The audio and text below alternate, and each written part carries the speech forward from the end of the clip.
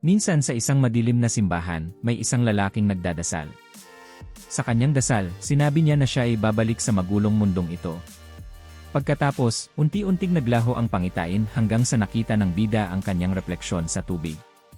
Habang lumilinaw ang tubig, nakita ng bida ang ibang tao. Nagtaka siya kung bakit may apoy na lumalabas sa kanyang mga mata. Binuhusan niya ng tubig ang kanyang mukha para patayin ito, pero hindi nawala ang apoy. Biglang may tumawag sa kanya at tinawag siya bilang Leje. Lumingon ang bida. Ang una niyang nakita ay isang napakalaking dibdib. Tinanong ng babae ang kanyang master kung may problema dahil nag-aalala siya nang makita ang bida na binuhusan ng tubig ang kanyang mga mata na tinatawag na Eternal Flame. Doon lang napagtanto ng bida na baka nasa ibang mundo siya. Ang babae ay mukhang ang kapitan ng ikapitong Guardian Order na ang pangalan ay Cassandra, na may power level na 15,313. Naramdaman ng bida na kakaiba ito dahil ibang lengguwahe ang salita ni Cassandra, pero naiintindihan pa rin niya.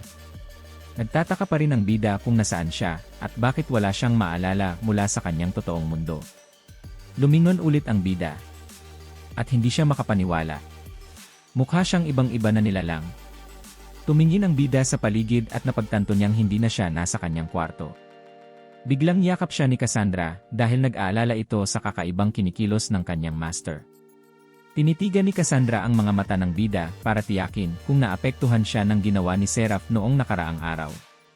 Pero wala ni katiting na ideya ang bida kung sino si Seraph at nalilito siya kung bakit niya nakikita ang power level ni Cassandra. Inisip ng bida na si Cassandra ay isang cosplayer na may napakarealistiko na mga sungay. Napagtanto ng bida na si Cassandra ay isang tunay na nilalang nang idinikit niya ang kanyang dibdib sa kanya. Biglang may pumasok at tinawag si Cassandra. Ang nilalang na pumasok ay may mga alagad na mukhang mga kaluluwa ng Grim Reaper. Nasilayan ng bida ang nilalang. Ang pangalan ng nilalang ay Nirobar, at siya ang nasa Army Magic Division ng 8th Guardian Order na may power rank na 18,632. Nakita ng bida na nakakatakot si Nirobar habang binabasa niya ang power rank nito, habang si Cassandra ay iritado sa panghihimasok ni Nirobar. Lumuhod si Nirobar sa harap ng kanyang master at ininform siya na nasaktan ang bida dahil kay Seraph, at dahil doon, hinihintay ng kanilang Death Lord ang utos ng bida, pati na rin ang kanilang hukbo. Si Cassandra naman ay hawak ng mga alagad ni Nirobar. Iminungkahi ni Nirobar na patayin na ang general para makuha ng bida ang tagumpay at makapagpatuloy sa kanilang city base. Kapag dumating ang oras, hindi na dapat magduda at kailangan magtagumpay ang bida. Biglang naging ibang tao ang bida at inutos niyang patayin ang lahat ng tauhan ni Seraph sa isang iglap. Nabigla ang bida sa sarili niyang asal, parang isang tipikal na kontrabida. Natakot siya nang marinig ang sarili niyang boses na naging nakakatakot. Pagkatapos ay may narinig siyang boses sa kanyang isip na nagsasabing dumating na ang oras ng pagmulat at pagbabalik ng lahat ng alaala. Nagsimulang sumakit ang ulo ng bida at unti-unti niyang nalilimutan ang mga alaala mula sa kanyang totoong mundo. Nag-aalala si Cassandra pero pinayuhan siya ng bida na huwag na siyang pansinin. Alam ng bida na hindi siya nararapat sa lugar na yon at sa tuwing sinusubukan niyang alalahanin ang isang bagay, parang sasabog ang kanyang ulo. Ramdam niyang hindi talaga siya nababagay sa katawan na kinaroroonan niya. Napagtanto ng bida na ang mga taong nakaluhod sa harap niya ay hindi nagko-cosplay. Nalilito pa rin sina Cassandra at Nirobar sa kakaibang kilos ng kanilang lord. Hinawakan ng bida ang kanyang sungay habang nararamdaman ang katapatan ng kanyang hukbo at alam niyang dapat siyang umakto bilang kanilang overlord. Tinawag muli ni Nirobar ang kanyang master para kumpirmahin ang utos nito. Pero nagulat ang bida sa nakakatakot na boses ni Nirobar. Nagdesisyon si Nirobar na magpatuloy na sa kanilang labanan. Muling umasta ang bida na parang ibang tao at iminungkahi na makikipagnegosasyon na lang siya sa kalaban. Napagtanto ng bida kung gaano karespeto sa kanya ang kanyang mga tauhan, kaya naisip niyang huwag nang maghinala at magpanggap na lamang bilang kanilang overlord. Inutusan ng bida ang kanyang mga tauhan na pangunahan siya sa daan. Lumabas sila at nakita ng bida ang iba't ibang uri ng mga nilalang na nagpapakita rin ng respeto sa kanya. Nagulat siya sa dami ng kanyang mga sundalo. Nagtataka ang bida kung ang mga mukhang mabagsik na mga nilalang na ito ay kanyang mga tauhan o mga tagapaglingkod. Ininform ni Robar ang kanyang master na ang bida ay ang Demon King, at ang mga pinuno ng kanyang legion ay nasa kanyang kapangyarihan. Sila ni Robar at ang iba pa ay makakapasok lamang sa lungsod kapag napatay ng bida ang Archangel. Isang babae na nakaluhod sa harap ng bida ang nakakuha ng kanyang atensyon. Ang magandang babae ay si Miranda, ang Queen of Vampires, at ang commander ng hukbo ng mga demonyo mula sa Ninth Guardian Order, na may power level na 28,637. Tinitigan ng bida si Miranda at naisip niyang siya ang pinakamagandang sundalo at talaga namang tipo niya ito. Ninerbiyos ang bida habang papalapit kay Miranda. Isa sa mga tauhan ng bida na nagngangalang Xander ay nag-alok na samahan siya. Mabilis na minura ni Cassandra si Xander dahil sa bastos niyang paglapit sa kanilang master. Napansin ng bida ang kanilang kinaroroonan na nasa isang bangin, at napaisip siya kung ano ang itsura ng lugar sa ibaba kaya't siya'y lumapit sa gilid ng bangin. Sumilip ang bida. At siya'y namangha. Isang mundo na lampas sa kanyang imahinasyon ang kanyang nasaksihan, kung saan ang mga demonyo ay lumilipad sa paligid. Nakita rin niya ang iba't ibang nilalang tulad ng goblins, skeletons, dragons, at mga demonyong gumagala. Nanlumo ang bida habang napansin ni Cassandra ang damdamin ng kanyang master mula sa likuran. Sobrang takot ang naramdaman ng bida na nagsimulang manginig ang kanyang mga tuhod, ngunit inakala ni Cassandra na nasasabik lang ang kanyang master. Sa lupa, may isang lalaking nagliliwanag na parang sinag ng ilaw. Mukhang isa itong angel na tinusok ng isang matangkad at matalim na estatwa, at ang kanyang hukbo ay nagluluksa sa tabi niya. Inobserbahan ng bida ang anghel, at sa kanyang palagay, ang anghel na iyon ay si Seraph na tinalo ng dating nagmamay-ari ng katawan ng bida.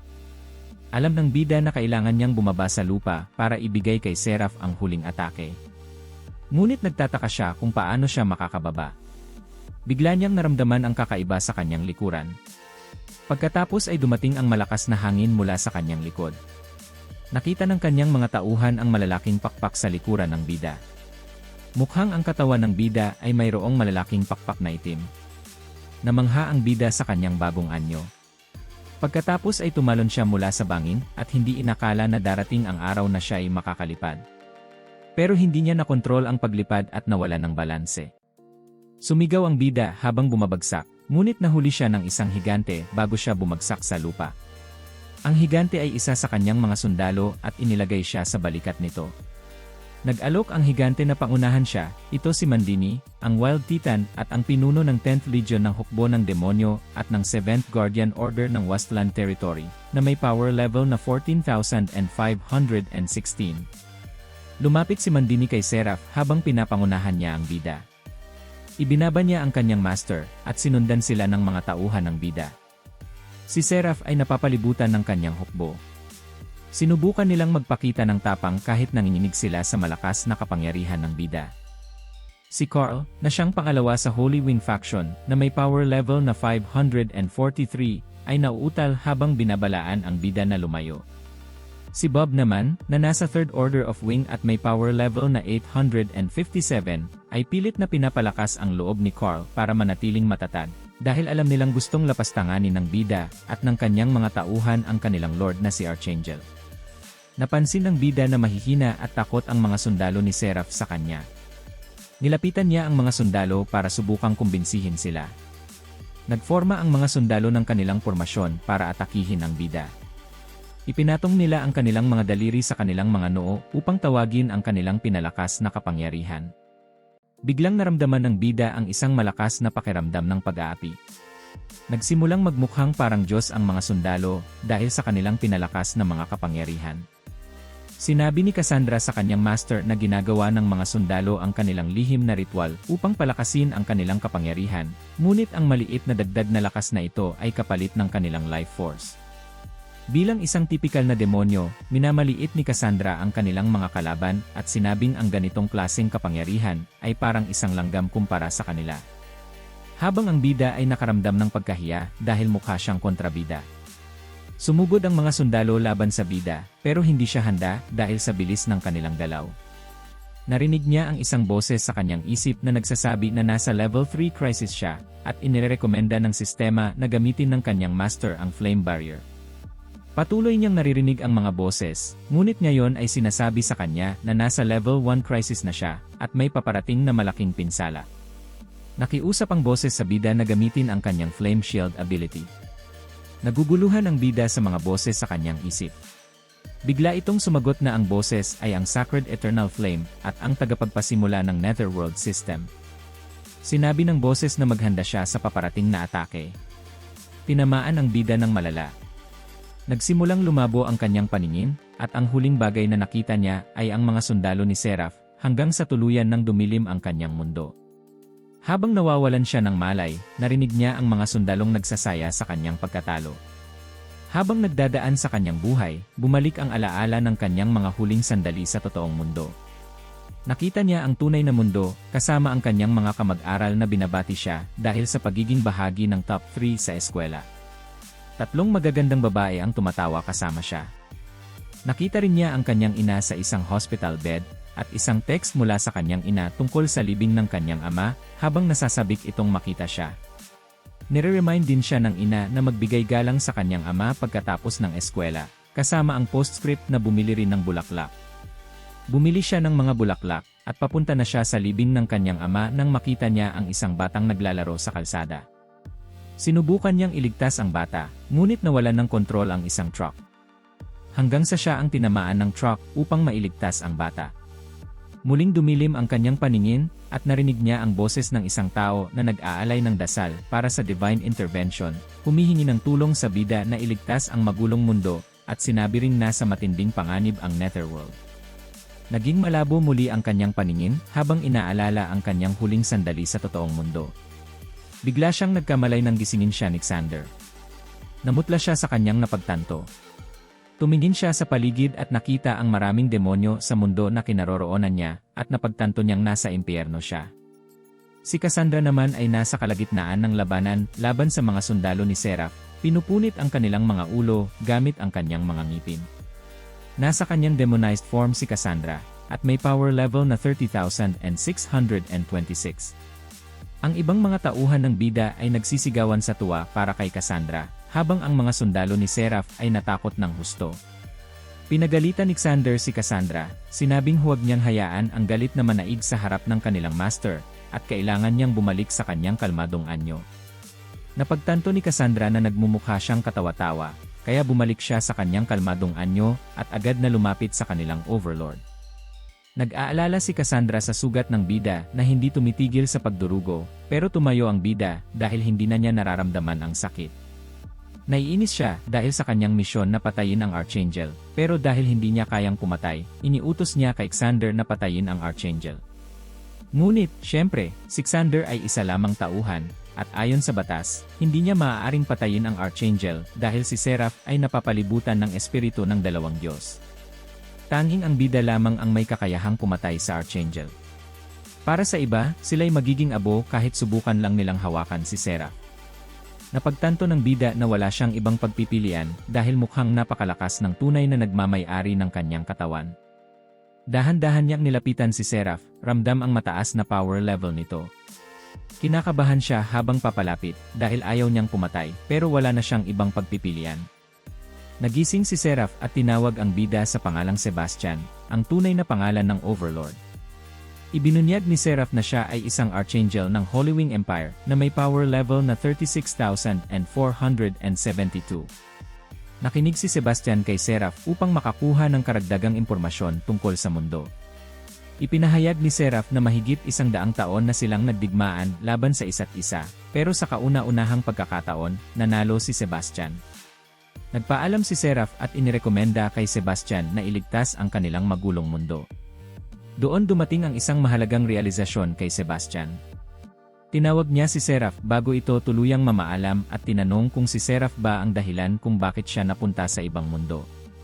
Samantala, nagtaka ang mga tauhan ni Sebastian kung bakit natatagalan siya sa pagtapos kay Seraph. Sinabi ni Xander sa kanyang mga kasama na malamang ay inaalala ng kanilang overlord ang kanilang matagal na pagkakaalitan, dahil sa lahat ng nilalang, si Sebastian lamang ang may kakayahang pumatay kay Seraph. Sumagot si Seraph sa katanungan ni Sebastian bago ito tuluyang mamaalam. Wala siyang alam kung saan nagmula si Sebastian, pero nang tumingin siya ng diretsyo sa mga mata nito, tiyak siya na ang Diyos ang naglagay ng kaluluwa ng bida sa katawan ni Sebastian upang iligtas ang sirang at baluktot na mundo. Tinignan ni Sebastian si Seraph ng seryosong-seryoso at tinanong kung bakit siya ang napili. Hindi sinagot ni Seraph ng direkta ang tanong. Sa halip, binigyan niya ng maikling kasaysayan ang gulo ng kanilang mundo, isang kalituhan sa pagitan ng kaayusan at kaguluhan na nagaganap na sa loob ng maraming taon. Ipinaliwanag ni Seraph na ang sitwasyon ay hindi ganoon kasimple at walang malinaw na linya sa pagitan ng tama at mali. Sa kanilang mundo, ang magkabilang panig, mabuti man o masama, ay maaaring nagtataglay ng pagkakanulo. Kahit na sa hukbo ng katarungan, may pagtataksil, at kahit sa hukbo ng kasamaan, mayroon ding karangalan, katapatan, kabayanihan, at samahan.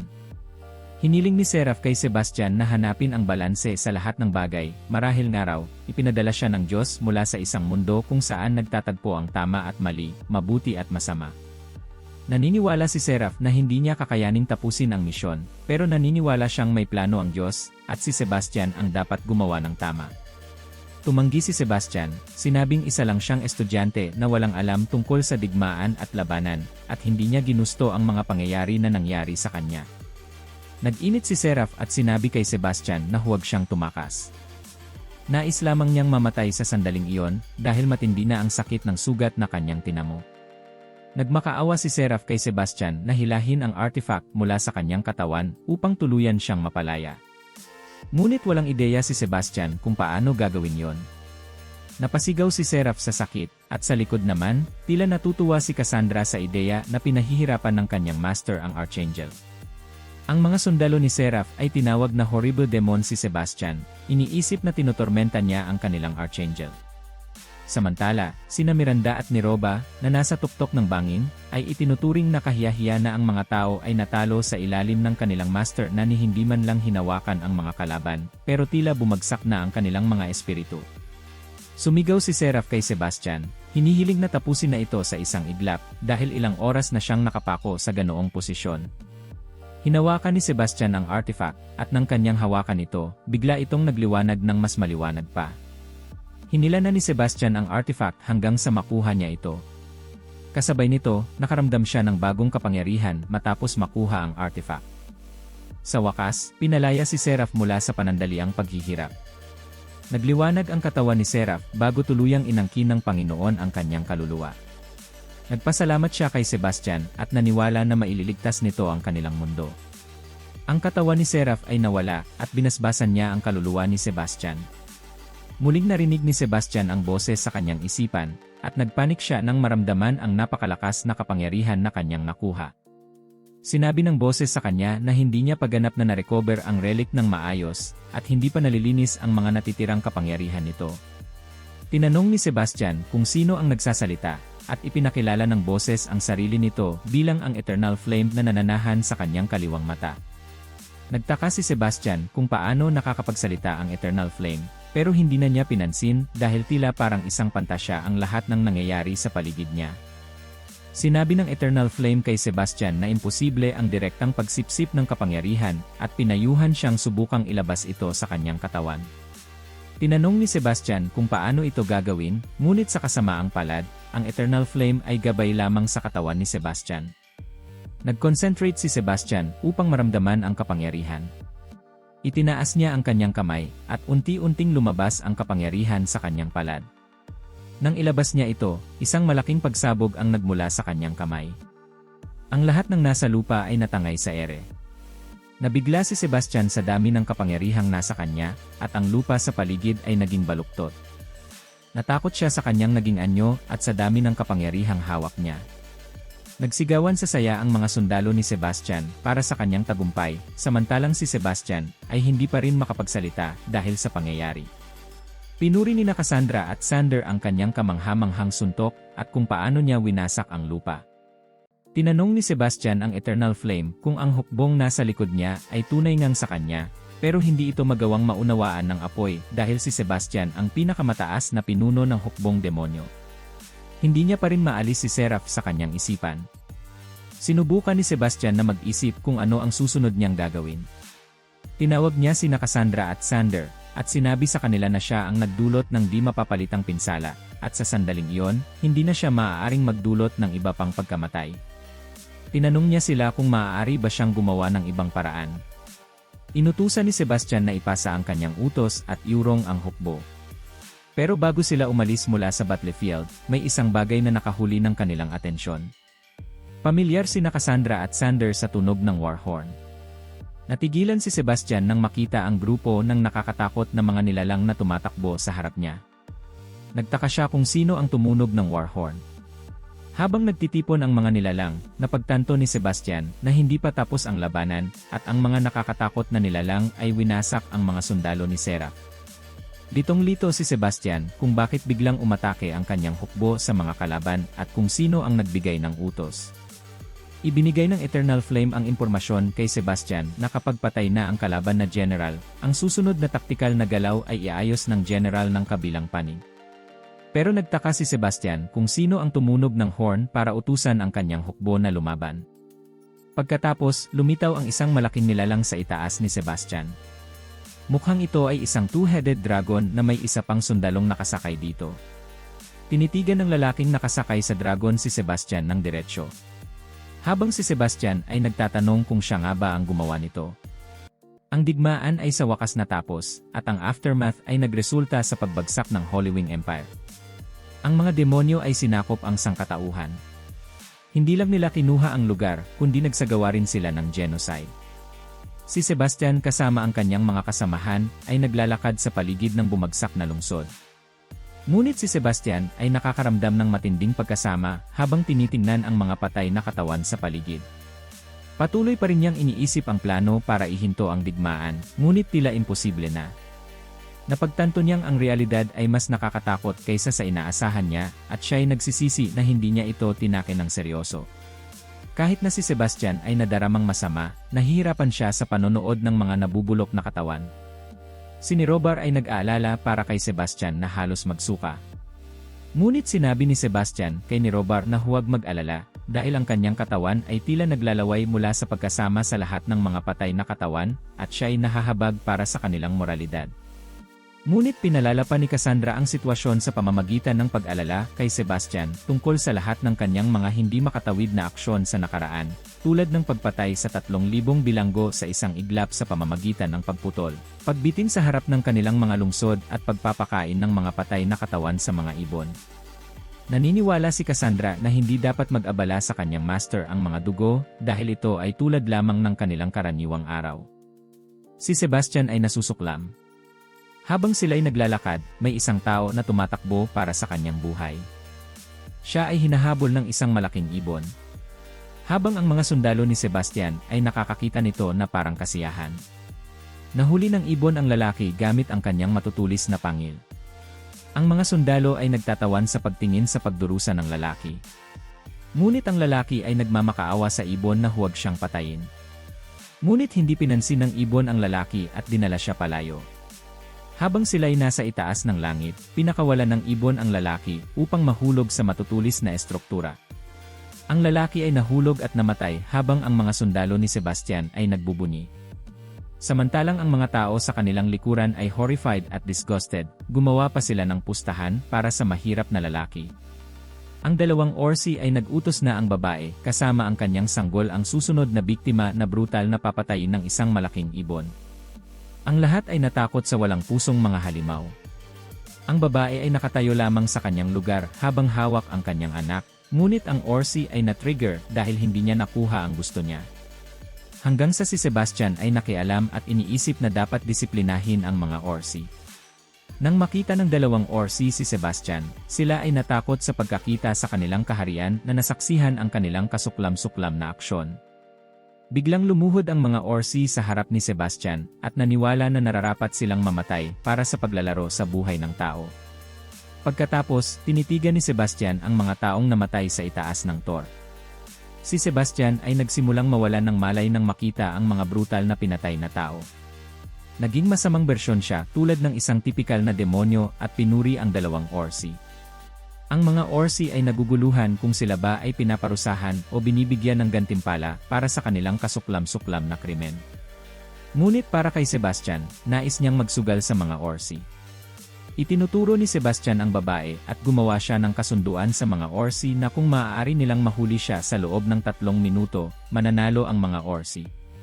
Ngunit iniisip ng mga Orsi na ang kanilang kaharian ay naglalaro sa kanila dahil alam nilang ang lakas ng tao ay hindi maihahambing sa mga demonyo tulad nila. Ngunit iminungkahi ni Sebastian na kung maaari nilang mahuli at puksain ang babae, makakatanggap sila ng pera. Tinanggap ng mga Orsi ang hamon habang ang babae at ang kanyang anak ay patuloy na umiiyak dahil ginagamit sila bilang laruan. Si Sebastian ay hindi nag-react kahit gaano pa man kakasama ang kanilang ginawa. Pagkatapos, tinawag ni Sebastian si Cassandra. Nais niya siyang tulungan sa pagtaya gamit ang glamour magic ni Cassandra. Nagtataka si Robar sa pagtingin kay Sebastian na nakayakap kay Cassandra. Nagsimula ang pustahan at iniutos ni Sebastian sa babae na magsimula ng tumakbo. Ang babae ay hindi gumalaw ngunit ang kanyang anak ay nagdepensa sa kanya mula sa mga demonyo. Si Sebastian ay tumitig at sa kanyang nakakatakot na itsura, sinabi niya sa bata na kung ang babae ay hindi tatakbo, papatayin niya siya agad. Parehong natakot ang babae at ang kanyang anak, kaya't walang pagpipilian, sumunod ang babae sa utos ni Sebastian at iniwan ang kanyang anak sa likuran. Sinusubukan ng babae ang kanyang makakaya na tumakbo habang ang takot ay sumasakop sa kanyang katawan habang ginagamit ni Cassandra ang kanyang glamour magic sa babae. Iniisip ni Sebastian na ito ay perpektong timing habang ang babae ay tumatakbo ng mabilis. Nagsimulang habulin ng mga Orsi ang babae. Sila ay malapit na sa pagdakip sa kanya habang ang mga tao sa gilid ay naniniwala na walang pagkakataon ang babae na makatakas at mamamatay na siya sa mga kamay ng demonyo. Ngunit ang anak lamang ang sumusuporta sa babae at hinihimok siyang tumakbo ng mabilis hanggat maaari. Ginamit ni Cassandra ang kanyang magic laban sa babae na tumatakbo. Ang babae ay nagsimulang tumakbo ng hindi normal dahil sa panghihimasok ng magic ni Cassandra. Ang babae ay tumatalon at ginagawa nitong mahirap para sa mga Orsi na dakpin siya. Ang mga tao ay nagulat na makita ang isang tao na tumatakbo ng napakabilis habang ang mga Orsi ay walang ideya na ang babae ay kinokontrol lamang ng magic ni Cassandra. Pati si Sebastian ay sinubukang pang-asarin ang mga Orsi na ang kanilang oras ay nauubos habang ang babae ay ngumiti habang tumatakbo. Sa kabilang banda, ang anak ay nagtuturo sa kanyang ina at tinatawag siya upang tumingin pataas. Tumingin ang babae at nakita ang isang silweta ng ibon na sumasakop sa kanya. Sinubukan ng ibon na dakpin siya ngunit nabigo. Gumawa ang babae ng backflip at naiwasan ang ibon mula sa likuran. Ngunit sa likuran ng babae ay ang dalawang Orsi, naisip nila na sa wakas ay mayroon silang pagkakataon na dakpin siya. Ngunit ang babae ay tumalon at umiikot sa pagitan nila. Muling nabigo ang mga Orsi na dakpin siya. Ngunit sa hindi magandang kapalaran para sa mga Orsi, tinamaan sila ng malaking ibon. Nagpalipad ito sa kanila habang ang babae ay patuloy na tumatakbo ng malaya. Ang malaking ibon ay tinarget ang babae, ngunit salamat, siya ay kinokontrol ng magic ni Cassandra upang utusan ang ibon na umalis. Natatakot ang ibon at nagpa siya na umalis. Ang mga tao ay humanga sa tagumpay ng babae. Pinaalala ni Cassandra kay Sebastian na lumipas na ang 5 minuto at napagtanto ni Sebastian na ang kanyang mga tauhan ay medyo hindi kapable. Naglakad si Sebastian patungo sa mga Orsi na may pagkadisgusto sa kanyang mukha. Ngunit ang mga halimaw ay nagbigay ng dahilan na ang babae ay hindi pangkaraniwan. Tiningnan ni Sebastian ang kanyang mga Orsi at sinabi sa kanila na tanggapin ang kanilang pagkatalo dahil sumang-ayon sila sa pustahan sa simula. Ang mga Orsi ay natakot sa kanilang posibleng parusa, ngunit para kay Sebastian, pinabayaang na lang niya ito dahil ang kanyang mga tauhan ay tumulong sa kanya na sakupin ang Holy Wind City. Sa halip, iniutos niya sa mga Orsi na palayain ang mga bihag. Tumakbo ang bata patungo sa kanyang ina, ngunit naguluhan si Cassandra kung bakit nakangiti si Sebastian. Ngunit sa kasamaang palad, isang fireball ang paparating at tumama ng eksakto sa babae. Nagulat si Sebastian at ang bata ay natakot na makita ang kanyang ina na nasusunog ng buhay, ngunit nais pa ring tumakbo patungo sa kanyang ina habang iniutos ni Sebastian kay Cassandra na stone ang bata. Nadapa ang bata at sa tabi niya ay ang nasunog na bangkay ng kanyang ina. Tinanong ni Sebastian kung sino ang responsable sa mga fireballs at itinuro ni Cassandra ang nasa itaas. At nasa itaas nila ay isang higanting lalaki na may mga fireballs sa kanyang mga kamay na nagngangalang Ken. Ang ikapitong Guardian Order ng 8th Regiment Commander mula sa Elemental Department na may power level na 13,872. Naisip ni Sebastian na kamangha-mangha si Ken habang si Robar at Cassandra ay naiisip kung gaano ka-rude si Ken para sa kanyang biglaang panghihimasok. Mumiit si Ken sa kanyang normal na sukat ng katawan at yumuko sa harap ng kanyang kamahalan. Tinitigan ni Sebastian ang kawawang bata. Siya ay naiinis at na-offend kay Ken dahil sa pag-abala sa kanyang mga laruan. Ngunit ipinaliwanag ni Ken na siya ay naghahabol lamang ng isang tumakas at nagkataong nakasalubong si Sebastian, ngunit sa kasamaang palad, isa sa kanyang mga fireball ang nalabas at pumatay sa babae. Nag-snap ng kanyang mga daliri si Ken at sinabi kay Sebastian na obserbahan siya. Ang mga tao ay lahat nasunog at namamatay ng buhay, ngunit para kay Ken, ang mga tao ay isang pangitain sa kanya.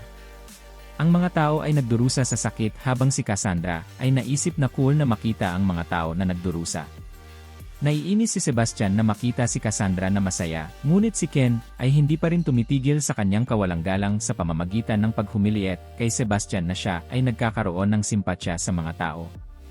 Iniutos ni Sebastian kay Ken na tumigil sa kanyang pang-insulto, ngunit si Ken ay parang batang makulit at sinubukang sunugin ang bata.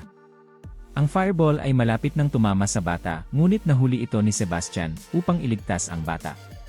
Naramdaman ni Sebastian ang sakit sa kanyang kamay. Pagkatapos, hinawakan ni Cassandra ang kamay ni Sebastian upang gamitin ang kanyang healing magic sa nasunog na kamay. Nagtataka si Cassandra kung bakit ang isang tao, tulad ni Sebastian, ay nakakaramdam ng sakit sa isang maliit na fireball. Iniisip niya na marahil siya ay may sakit. Ngunit matalino si Ken at nagkaroon ng pagdududa.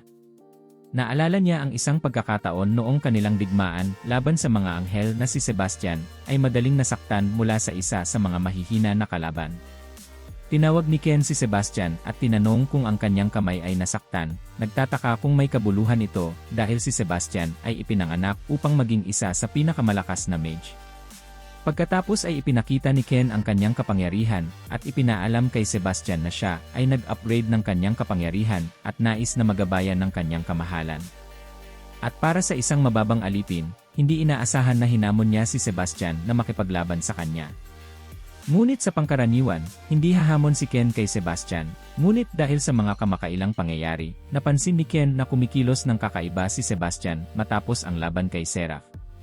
Nagtataka siya kung magiging mahina si Sebastian sa kanilang sparring, pero ayaw niyang maliitin si Sebastian dahil nakita niya ang kanyang napakalakas na kapangyarihan sa digmaan. Ngunit naalala rin niya na maaaring epekto ng energy feedback mula sa Tears of God relic. Suot ni Sebastian ang Tears of God na nagdadala ng napakalakas na puwersa, kaya't naging interesado si Ken kung naapektuhan ba ang kanyang majesty ng artifact. Sa isip ni Ken, hindi siya maghuhunong kahit na maaaring magdulot ito ng sakit sa kanyang overlord. Ang kanyang mga aksyon ay mapaparusahan kung hindi siya papasok sa Tiger's Den. Si Cassandra, na mataas ang tingin kay Sebastian, ay tinukso si Ken na huwag masyadong lumabis dahil hindi mag-aksaya ng oras ang kanilang majesty. Sa isip ni Sebastian, ayaw niyang mag-aksaya ng oras at nagpasya na takutin na lang si Ken. Sinubukan ni Sebastian na magmukhang nakakatakot, nagbabanta kay Ken ng parusa kung siya ay magpupumilit muli. Ngunit si Robar ay naguguluhan kung bakit pinapayagan ng kanilang majesty ang ganitong pag-ugali ng kawalang galang. Ngunit ayaw ni Ken na makinig. Nakita ni Ken sa mga alipin ni Sebastian na naguguluhan din sila sa kakaibang pag-ugali ni Sebastian. Ngunit si Cassandra ay patuloy na sumusuporta at iniisip na kayang tapusin ni Sebastian si Ken sa isang iglap. Biglang, tumalon si Ken at sumugod kay Sebastian upang ipakita ang kanyang teknik. Agad na binalaan ng Eternal Flame si Sebastian na gamitin ang kanyang Fire Barrier laban sa level 1 na pag-atake. Naghahanda si Ken na iswing ang kanyang kapangyarihan kay Sebastian. Ngunit sa kabutihang palad, nagawa ni Sebastian na gamitin ang kanyang Fire Barrier kahit na kulang sa kaalaman tungkol sa kanyang mga kapangyarihan. Isang pagsabog ang nangyari nang tumama si Ken sa barrier at nagpadala sa kanya palayo. Ang mga daliri ni Ken ay sumayad sa lupa, ngunit nakatayo pa rin siya gamit ang kanyang firepower upang mapanatili ang balanse. Nakita ni Ken na maganda ang firepower, ngunit sa parehong oras, natuwa siya na makita ang kanyang magic na malakas. Dahil nagawa niyang sirain ang barrier ng kanyang Majesty na nagbigay pa ng maliit na sugat sa mga daliri ni Sebastian. Nanginig si Sebastian habang si Cassandra ay hindi makapaniwala na halos natalo siya ni Ken. Nasaktan si Sebastian at tila hindi naging epektibo ang barriers para sa kanya. Naisip niya na kung patuloy siyang mukhang natalo, magmumukha siyang mababa sa mata ng kanyang mga alipin. Inanalisa ni Sebastian ang kanyang sitwasyon. Pagkatapos, napagtanto niyang ang pagpapanggap niyang Overlord ay nagbigay sa kanya ng pakiramdam na siya nga ay ang tunay na Overlord na si Sebastian. Nais ni Sebastian na lumaban muli matapos niyang makita ang lahat ng mga brutal na pinatay ni Ken. Nagpasya si Sebastian na makipag-usap sa Eternal Flame. Sinabi niya sa Eternal Flame na mayroon siyang amnesia. Hiniling niya sa Eternal Flame na turuan siya ng lahat ng magic na natutunan niya sa mga nakaraang taon. Sinunod ng Eternal Flame ang kanyang mga utos at nagdala ng isang asul na portal sa harap ni Sebastian. At biglang, parang nasa galaksi si Sebastian, namangha siya sa tanawin. Nakita ni Sebastian ang maraming mga tuldok na magkakaugnay sa isa't isa. Narinig ni Sebastian mula sa walang hanggang apoy na sila ay nasa malawak na Netherworld kung saan maraming uri ng puwersa ng enerhiya. Binanggit din ng walang hanggang apoy na ang mga nakakakilala sa enerhiya ng lahat ng bagay mula sa pagiging higit sa ordinaryong nilalang ay tinatawag na synesthesia. At ang enerhiya na kanilang natutunan at nakakuha mula sa pag-unawa sa lahat ng bagay ay nagmumula sa Netherworld. Ngunit ayon sa teorya ng walang hanggang apoy, ang isang taong may synesthesia ay may mas mataas na antas ng nether power. At sa natural na paraan, ang mas mataas na antas ay nangangahulugang mas malakas. At upang mapataas ang kakayahan ng isang tao sa ipinapakitang lakas gamit ang synesthesia, ang enerhiya ng Netherworld o Makai Energy ay nahahati sa 6 na pangunahing departamento. Ang una ay ang Cosmic Energy na karaniwan. Ang pangalawa ay ang Gaia Energy, na karaniwan din ang pangatlo ay ang Chaos Energy, na karaniwan din ang pang-apat ay ang Elemental Energy, na karaniwan din ang panglima ay ang Death Energy na bihira, at gayon din ang pang-anim na Psycho Energy na bihira rin. Sabi ng walang hanggang apoy kay Sebastian na kung ang isang tao ay nakamit ang synesthesia, maaari lamang niyang mamaster ang ilang kakayahan. Pero para kay Sebastian, maaari niyang makita ang kapangyarihan ng Chaos, Elemental, Death, at Psycho Magic. Isang biyaya para kay Sebastian na nabigyan ng ganitong kapangyarihan, pero sa kaso ni Sebastian, kailangan niyang matutunan kung paano gamitin ang kapangyarihan at hindi ang kasaysayan nito hanggang sa siya ay mahuli sa kanyang guard at tinamaan ng isa pang flame ball. Lumipad si Sebastian mula sa malakas na atake. Nagtaka sina ni Robar at Cassandra nang makita ang kanilang master na nasaktan. Pero para kay Ken, iniisip niya kung bakit hindi gusto ni Sebastian na lumaban pabalik. Napagtanto ni Ken na ang kanyang master ay naging mahina. Gusto ni Cassandra na tulungan si Sebastian ng sobra, pero siya ay pinigilan ni Robar. Napansin din ni Robar na ang kanilang Majesty ay kumikilos ng kakaiba kamakailan. Kahit gusto niyang tumulong, hindi niya maaring hayaan na madungisan ang reputasyon ng kanyang master. Nasaktan si Sebastian mula sa matinding atake. Nang makita ni Sebastian ang kumikislap na ilaw sa itaas niya, ipinaalam sa kanya ng walang hanggang apoy na isa ito sa kanyang maraming passive skills na tinatawag na Arcane Healing Flesh. Hanggat ito ay mula sa pinagmulan ng magic damage ni Sebastian, ang Arcane Flesh ay makakatulong ng dahan-dahan. Pero hindi nag-atubili si Ken at sinubukang umatake muli sa isang iglap na may layuning patayin ang kanyang master. Sa wakas, naiinis na si Ken kay Sebastian. Ginamit ni Sebastian ang kanyang flame barrier muli. Tinamaan siya ng mga fireballs pero sa pagkakataong ito, hindi nabasag ang flame barrier. Nagmalaki si Sebastian sa sarili niya sa pamamagitan ng pagtawag kay Ken na Smog dahil nakakasugat siya. Ipinaliwanag ni Sebastian na ginamit lang niya ang mahina na flame barrier dati upang bigyan si Ken ng pagkakataon at na siya ay ang Overlord at tunay na pinuno ng Netherworld. Pinukaw ni Sebastian si Ken na siya ay isang walang kabuluhang nilalang na nabubulagan sa kakayahang talunin siya sa laban. Nang sandaling iyon, nanginginig si Ken. Naramdaman niya ang aura ni Sebastian na lumalabas at ang kanyang katawan ay otomatikong natatakot sa Overlord pero siya ay nagduda pa rin nang banggitin ni Sebastian ang pagpapakita ng kanyang tunay na kapangyarihan kay Ken. Alam ni Ken na hindi sasabihin ni Sebastian ang mga salitang iyon dati. Sa isipan ni Ken, naniniwala pa rin siyang kaya niyang talunin si Sebastian. Hanggang sa umatake si Sebastian habang ginagamit ang kanyang flame barrier, ngunit sa kasamaang palad, miss siya. Ipinagpalagay ni Cassandra na sinadyang palampasin ni Sebastian ang kanyang atake, at para kay Nirobar, naniniwala siyang maaaring may dahilan ang kanyang Majesty. Nahiya si Sebastian habang tinanong siya ng walang hanggang apoy tungkol sa kanyang kakaibang atake. Naniniwala si Sebastian na ang kanyang flame barrier ay ginagamit upang hadlangan ang mga atake, at naisip niyang maaari rin itong gamitin bilang impact. Pinaalala ni Sebastian sa walang hanggang apoy na literal na nawala ang kanyang alaala sa paggamit ng kanyang kapangyarihan, at kahit na siya ay pinagpala ng ganitong talento, walang silbi ito para sa kanya. Pumihit si Sebastian at nakita ang isang maliwanag na ilaw.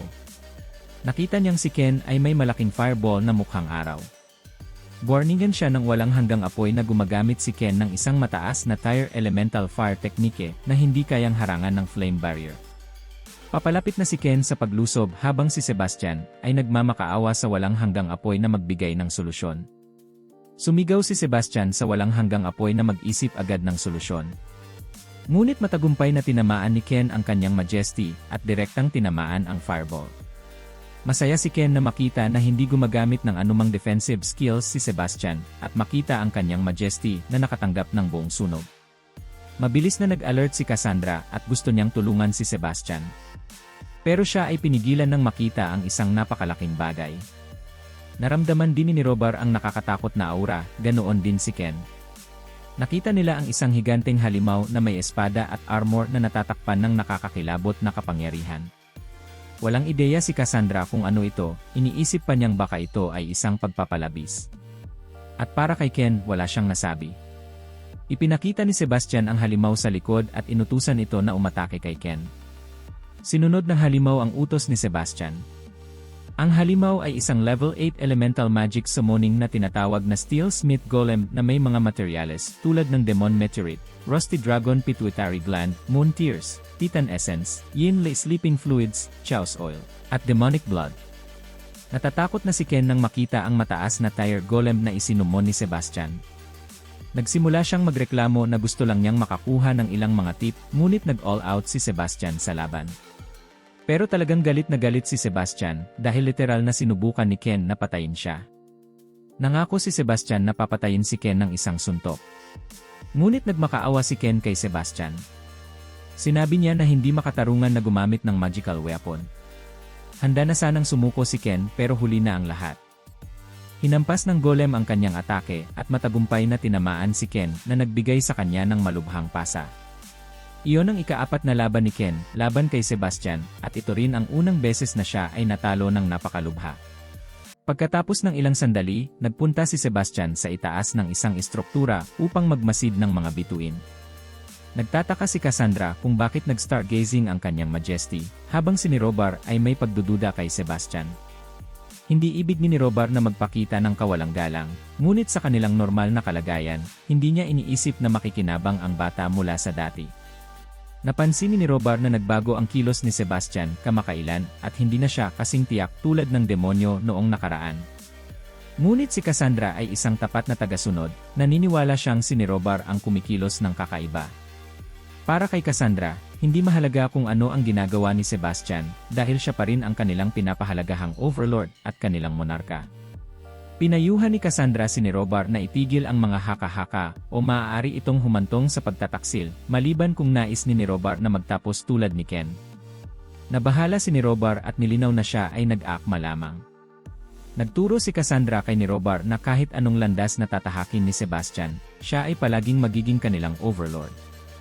Biglang namula si Cassandra nang mapansin niyang mas marami ng atensyon si Sebastian sa kanya. Nagpalit ng paksa ang dalawang tagasunod at pinag-usapan ang bata na kanilang kinuha. Walang ideya si Nirobar kung paano aalagaan ang bata, habang iginiit ni Cassandra na siya ang mag-aalaga dito dahil siya ay babae at dapat siyang humawak ng batang lalaki. Samantala, si Sebastian na patuloy na nakamasid sa langit ay napansin na pula ang buwan. Nag-aalala ang walang hanggang apoy kung maayos si Sebastian. Napagtanto ni Sebastian na ang hindi makatotohanang damdamin na nararamdaman niya ay malapit nang mawala. Ngunit hindi maunawaan ng walang hanggang apoy ito dahil ayon sa kanilang kaalaman, ang demon ay walang damdamin at ito ang kanilang sistema. Gayunpaman, pinuri siya ng walang hanggang apoy para sa kanyang pagganap kanina. Pinaalala ng walang hanggang apoy kay Sebastian ang mga taktika na ginamit niya kanina. Ang katalinuhan ni Sebastian ay nakahanay ng naisip niyang summonin ang golem gamit ang mga materyales na mayroon siya nang hindi umaasa sa skill proficiency, kundi sa paggamit ng kanyang memorya ng system grid at pag-recall ng tamang summoning tools at materyales upang gawin ito. Hindi masyadong na-flatter si Sebastian, at hindi pa rin niya naintindihan ang sinasabi ng walang hanggang apoy. Ang punto ng walang hanggang apoy ay na-impressed ang system sa katalinuhan ni Sebastian na wala siya noon. Ngunit nagtaka si Sebastian kung bakit pinigilan siya ng walang hanggang apoy na patayin si Ken. Nagsorry lang ang walang hanggang apoy. Ipinaalam ng walang hanggang apoy na si Ken ang magiging pinakamalaking asset niya dahil si Ken ay medyo malakas kahit ano paman ang kanilang issue. At kung pinatay ni Sebastian ang isa sa kanyang mga general, bababa ang morale ng army nila sa kanilang digmaan. Sinabi ng walang hanggang apoy na walang katapusang digmaan. Isa pang bagay na kinikurious ni Sebastian ay kung bakit ang Eternal Flame ay naninirahan sa kanyang kaliwang mata. Naging kumbinsido ang walang hanggang apoy na talagang nawala ang alaala ni Sebastian. Ipinaalam ng walang hanggang apoy na bahagi lang ito ng sistema ng Netherworld. Ang walang hanggang apoy ay isang passive skill. At ang walang hanggang apoy ang pinakamataas na batas sa Chaos Grid at si Sebastian ang nag-iisang nakakuha nito. Layunin ng walang hanggang apoy na magkaroon ng malakas na pananaw at analytical skills. At ang teksto na nakikita ni Sebastian sa bawat entity ay ang mga batas ng kanyang mundo na simpleng inilapat sa runic bilang impormasyon, at ang panganib na nararamdaman niya ay precognitive analysis at extrasensory perception feedback. Marami pang kakayahan ang walang hanggang apoy pero ayaw nitong magpatuloy pa. Nakikita ni Sebastian ang walang hanggang apoy bilang isang kapaki-pakinabang na api, ngunit wala pang ideya ang walang hanggang apoy kung ano ang api. Tinanong ni Sebastian ang walang hanggang apoy kung iwan siya nito kung malaman na ang kanyang personalidad ay tila naiiba mula sa kanyang nakaraang sarili. Ngunit umiyak ang walang hanggang apoy sa pag-isip na nais ni Sebastian na umalis. Pero nilinaw ni Sebastian na kung sakali, hindi ba't iwan siya ng walang hanggang apoy kung hindi siya ang dating may-ari nito. Nagalit ang walang hanggang apoy at nag-lecture kay Sebastian na hanggat siya ay umiiral, palaging magiging master siya nito. Binigyan siya ng walang hanggang apoy ng ilang kaalaman na maraming sinaunang nilalang at Diyos ang gustong maabot ang ruwok ng Chaos. Ngunit si Sebastian ang nakakuha ng walang hanggang apoy. Naguluhan si Sebastian nang magalit ang walang hanggang apoy dahil sinabi nito kanina na walang emosyon ang walang hanggang apoy. Umaasa si Sebastian na hindi siya bibetray ng walang hanggang apoy, ngunit para sa walang hanggang apoy, kung mamatay si Sebastian, mamamatay din ang walang hanggang apoy dahil sila ay symbiotic. Sila ay parehong embodiment ng Chaos. Naramdaman ni Sebastian ang ilang pakiramdam nang marinig ang salitang Chaos. Noong unang beses na pumunta si Sebastian sa mundo ng pantasya, lahat ay puno ng mga hindi alam at misteryo para sa kanya. Pero sa kabila ng pagiging nasa isang magulo na mundo, natuwa siya na mayroon siyang tapat na kasama sa kanyang tabi. Hanggang sa mag-flashback ang kanyang alaala at nakita ang kanyang ina at ang buhay niya bilang tsurufeng na isang estudyante. Naramdaman ni Sebastian ang kaunting lungkot nang mapagtanto niyang namimiss niya ang kanyang nakaraang buhay. Nagtaka siya kung may magagawa ba siya upang makabalik sa kanyang mundo. Huminga siya ng malalim habang tinanggap ang kanyang kapalaran na walang posibilidad na makabalik. Nagdesisyon si Sebastian na ipagpatuloy ang pagpapanggap bilang Overlord. Pagkaraan ng ilang oras, may grupo ng mga tao na nakatali at malapit ng mapugutan ng ulo. Isang misteryosong lalaki ang pumasok na tila nagnais na patayin ang mga tao. Isa sa mga biktima ay si Anthony St. Bass, isang Wing City officer sa gobyerno na nasa Tier 5 Cosmic Department na may power level na 7,832. Pinagmumukha ng mababang uri ng mga tao nang lumapit ang long-haired elf at iniisip kung gaano kadesperable at mahina ang mga bayani ng Wing City.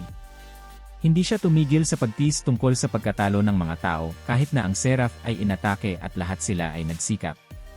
Ang pangalan ng elf ay Curtis, ang Elf King na nasa ika-8 ranggo mula sa Order of the Guardian na may power level na 18,700 at lab. Na-trigger si Anthony kay Curtis nang hindi tumigil sa kanyang mga insulto. Hindi tumigil si Curtis sa pagbibitaw ng mga kalokohan, at kahit na inalok ang buhay ng mga tao, nahawak niya kapalit ng pagtatrabaho sa ilalim ng Overlord. Ngunit, ipagmamalaki ni Anthony na mas pipiliin niyang mamatay kaysa iwan ang kanyang mga prinsipyo, pero ang blonde na lalaki ay nanginginig sa takot. Ang pangalan ng blonde na lalaki ay Albert, at nagdesisyon siyang sumama kay Curtis habang si Anthony ay medyo nabigo. Umiiyak si Albert habang sinasabi kay Anthony na kahit papaano ay may pagkakataon pa siyang mabuhay. Nagalit si Anthony at nasuklam sa pagkakanulo ng isa sa kanyang mga kasamahan. Hanggang sa lumapit si Curtis. Sinubukan ni Curtis na gawing biro ang kung gaano ka-cute ang relasyon nina Albert at Anthony. Tumingin si Curtis pababa kay Anthony dahil nadismaya siya sa madaling pagdisown ni Anthony sa kanyang sariling anak. Nananatili sa sarili niyang pride si Anthony at ipinaliwanag ang kanyang pagsisisi sa pagkawasak ng isel. Nais ni Anthony na patayin si Curtis noon. Tinupad ni Curtis ang kanyang mga salita at pinatawad ang buhay ni Albert at para sa mga tumanggi sa alok ni Curtis, sila ay papatayin dahil hindi kailangan ni Curtis ng bilanggo. Ngunit si Xander ay nakialam. Si Xander Blastcage ay ang pinuno ng ika-9 na rehimen ng demonyong hukbo na nasa ika-7 ranggo mula sa Guardian of Order. Naalala niya na ang pagpapasya kung dapat bang patayin ang mga bihag ay nasa Overlord. Ngunit isa sa mga tauhan ni Curtis ang nagbabala kay Xander na huwag pukawin ang isang baliw tulad ni Curtis at maranasan ang kapangyarihan ng kanilang Overlord. Pero hindi natakot si Xander dahil alam niyang tama siya. Tinawag ni Curtis si Xander na isang sympathizer ng tao at traidor sa kanilang hukbo.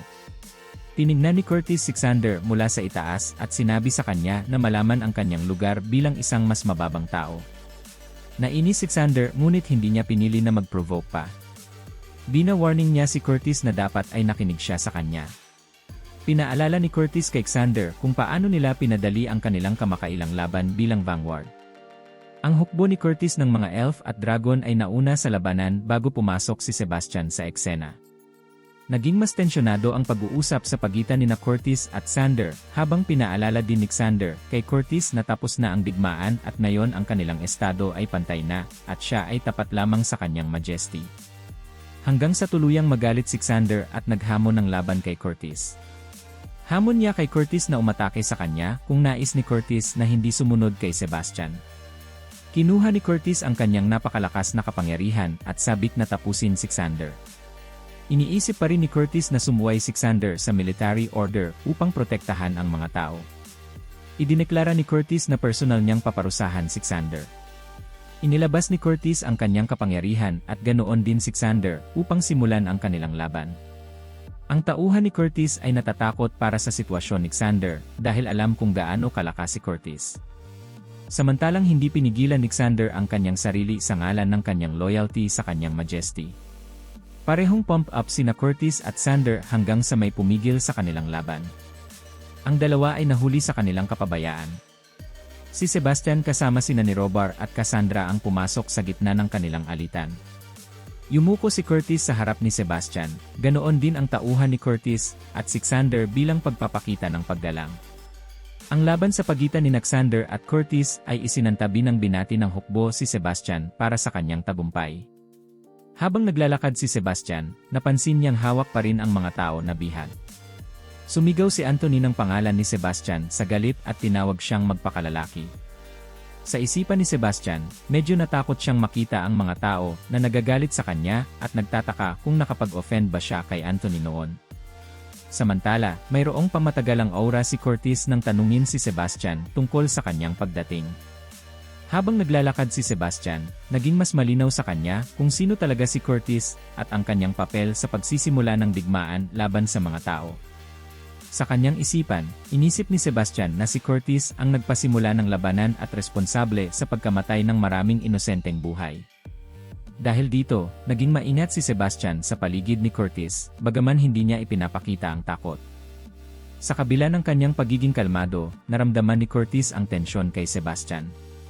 Alam niya na may kakaiba sa Overlord at maaaring hindi ito ang dating Sebastian na kanilang kilala. Kaya tinanong ni Sebastian ang Eternal Flame tungkol sa impormasyon ni Curtis. Ipinahayag ng Eternal Flame na si Curtis ay isa sa 13 general ng kanyang Devil Guardians na mayroong kapangyarihan at malalim na suporta mula sa kanyang clan. Nang tanungin ni Sebastian kung talagang tapat si Curtis sa kanya, nagulat ang Eternal Flame na tila hindi makapagbigay ng direktang sagot sa sitwasyong kinakaharap ni Sebastian. Dumaan si Sebastian sa tabi ni Curtis at binalaan siyang huwag na muling makialam sa kanyang mga plano. Bagamat nagpakita ng tapang, sa loob ay kinabahan si Sebastian sa galit ni Curtis. Napansin ni Curtis si Robar na may bitbit na isang bata, at agad na nadama ang pagkamuhi. Para kay Curtis, hindi karapat-dapat na makisama sa mga tao, lalo na't pinoprotektahan pa ito ng kanyang mga kasama. Napahiya si Robar sa panghuhusga, ngunit agad siyang ipinagtanggol ni Cassandra, na nagpahayag na yon ay utos ng kanilang Majesty, at wala nang dapat itanong pa. Nagbanta si Curtis kay Cassandra na balang araw ay siya ipapatayin gamit ang kanyang sariling mga kamay. Nakita ito ni Sebastian, at napansin niya na pati ang kanyang mga subordinates ay natatakot kay Curtis. Tumawag si Xander kay Sebastian habang ito ay naglalakad pabalik. Ipinakilala ng Eternal Flame na si Xander ay isa rin sa kanyang 13 general, ngunit hindi tulad ni Curtis, wala siyang sariling puwersa militar. Si Xander ay isa sa mga batang ulila na kinukop ni Sebastian mula sa isang nakaraang digmaan, at tiniyak ng Eternal Flame kay Sebastian na si Xander ay sobrang tapat sa kanya. Ang susunod na tauhan na ipinakilala ng Eternal Flame ay si Bandikaiser de Sorza, na mas kilala bilang Iron Bucket, isang Nerubian warrior. Si Bandikaiser, na mas kilala na ngayon bilang Drum, ay isa sa mga pinakamalalakas na Synesthesia warriors sa ilalim ng pamumuno ni Sebastian, na may power level na 16,818. Si Drum ay isa sa mga natatanging species ng kanyang lahi at pinapahalagahan sa kanilang hukbo. Nagbiro si Sebastian tungkol sa kung gaano profitable ang kanyang organisasyon, ngunit hindi naintindihan ng Eternal Flame ang kanyang tao na humor. Pagkatapos ay tinanong ni Sebastian kung mayroon pa ba siyang iba pang mga general bukod sa 13. Dito ipinakilala ng Eternal Flame ang isa sa mga pinakakakaibang miyembro ng kanilang grupo, ang illusionist na pinuno ng ikapitong rehimen. Ang demon na ito ay isang bihasang illusionist at psychosis expert, kilala bilang Esham, ang ika-10 pinakamalakas na demonyo sa ranggo ni Sebastian na may power level na 15,364. Si Esham ay may anyo ng isang clown, ngunit ang kanyang mga kakayahan sa pagmanipula ng utak at paglikha ng ilusyon ay nakakatakot. Ipinagpatuloy ng Eternal Flame ang pagpapakilala sa iba pang mga tauhan ni Sebastian, kabilang ang isang higanteng bug na nakita ni Sebastian sa ibabaw ng isang gusali. Ang bug na ito ay bahagi ng isang espesyal na swarm na nahuli ni Sebastian ilang taon na ang nakalilipas, na naging mahalagang bahagi ng kanyang puwersa. Ang higanteng insekto na tinatawag na Radix ay isang leader ng ika-6 na rehimen sa Demon Army ni Sebastian, at isang malakas na life synesthesia. Kahit nakulang siya sa talino at sumusunod lamang sa malalakas, ang kakayahan ni Radix sa larangan ng digmaan ay hindi biro. Ang kanyang power level ay umabot sa 13,210. Ang susunod na ipinakilala ay si Mao King, isang masamang truant na Demon King ng Nether Forest at leader ng ika-3 rehimen. Siya ay nasa level 8 rank life synesthesia na may power level na 17,365.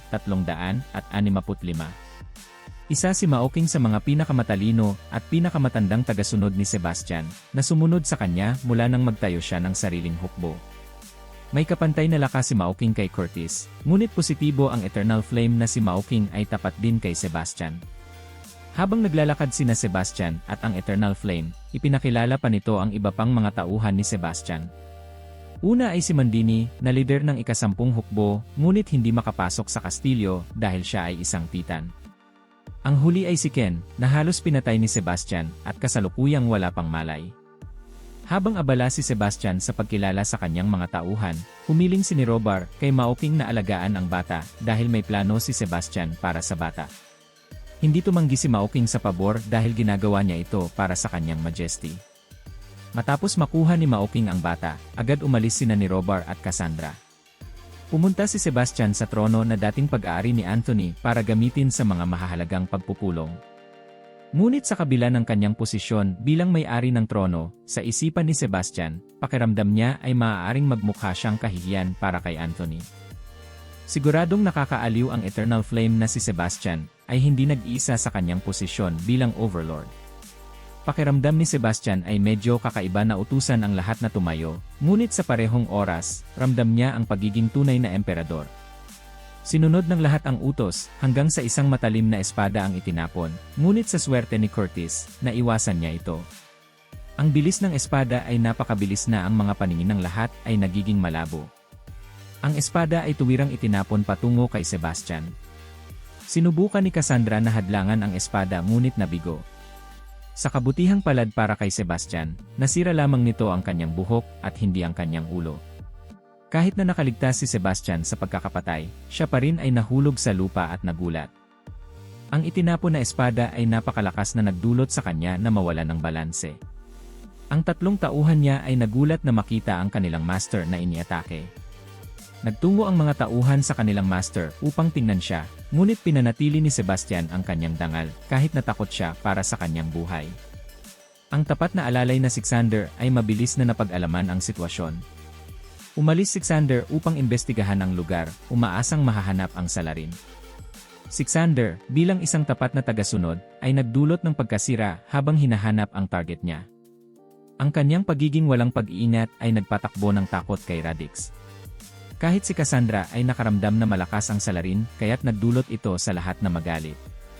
Gusto ni Cassandra na tumulong at hanapin ang salarin, ngunit naging manhid ang kanyang pulso mula sa matinding depensa. Umaasa siyang nagawa ni Radix ang kanyang trabaho, ngunit sa kasamaang palad, hindi gagana si Radix nang walang utos. Si Curtis ay naghayag na sasali siya sa paghahanap dahil sa pagkakasugat ni Cassandra. Ipinakita niya ang kanyang maganda at makulay na mga pakpak na may malaking lakas.